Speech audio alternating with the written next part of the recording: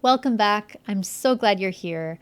In this third lesson, we're going to make a list of the stories that you will write so that every day when you sit down in front of a blank screen, you'll know exactly how to fill it. Many writers worry a lot about how to organize their story into a memoir for a couple of reasons. First, they want to know if their story makes sense before they commit their time and energy to it. And then second, they want a clear plan to write from. These goals, especially the second one, can keep people stuck organizing and outlining their memoir endlessly without ever starting to write it. Because hidden in both of those goals are deep fears. They worry their story won't turn out well, and if they share this part of their life, they worry they'll look bad.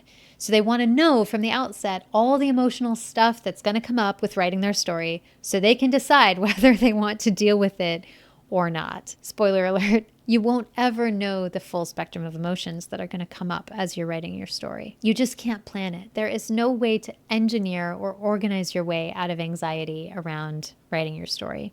You simply have to go into it and feel it, which is why the outline process we teach at Tell Your Story is dead simple.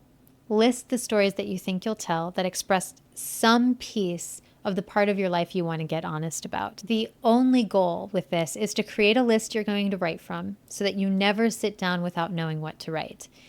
It doesn't have to be an exhaustive list of every story. It doesn't have to predict everything that might come up. It's simply a repository so that you can pick a story off that list and begin. We want to get you into the writing quickly because much of your book is going to emerge as you write. You'll start to remember moments you didn't expect, and your awareness will grow because you'll slow down and see things you didn't pay much attention to before. You'll uncover deeper meanings or new understandings and perspectives. Because of this, the development of your story will be unpredictable. And that's the magic in it. We recommend people only spend a short time putting their list of stories together, a few hours max, and then simply begin writing their stories.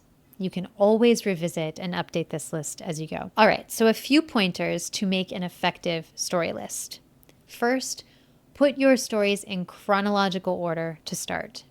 You might play around with the timeline later in editing, and that's fine. You might decide that you start with some really impactful, exciting moment, and then you give a flashback. That's all well and good.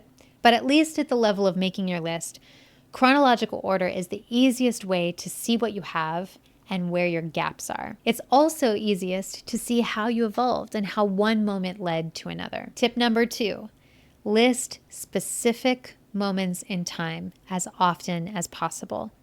One tendency people have at first is to think in terms of big time periods in their life. And that's a good start, but the actual stories live in specific days and moments when things changed. Quick lesson on what a story is. It's just a record of change. If there's no change, there's no story. We'll talk more about that in the next lesson. But for now, as you think about the parts of your life you want to write about, challenge yourself to pinpoint specific days where something meaningful happened. For example, the first time you became aware of something, specific conversation or action that revealed something, a particular moment you decided to make a new choice, a single situation where you felt something that surprised you. Once you start getting this list of stories together, there's a second step. For each story, I want you to write a short sentence on why you want this story in your memoir. What's the meaningful change that happened? Writing out the meaningful change becomes the litmus test for whether the story belongs in this book or not. You might be tempted to skip this part and think that you don't need a one-sentence explanation for each of these stories. You might skip it because it's difficult or because the change in that story seems so obvious that you don't think you need to write it down. Write it down anyway. You might be very surprised by what you uncover.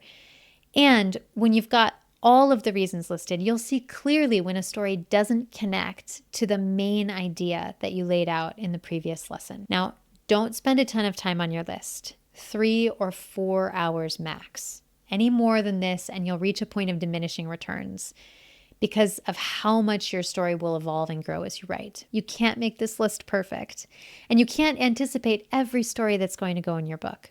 Attempts to over-engineer this part of the process are just procrastination. Put your energy into writing instead. We're going to get to how to write an effective story in the next lesson.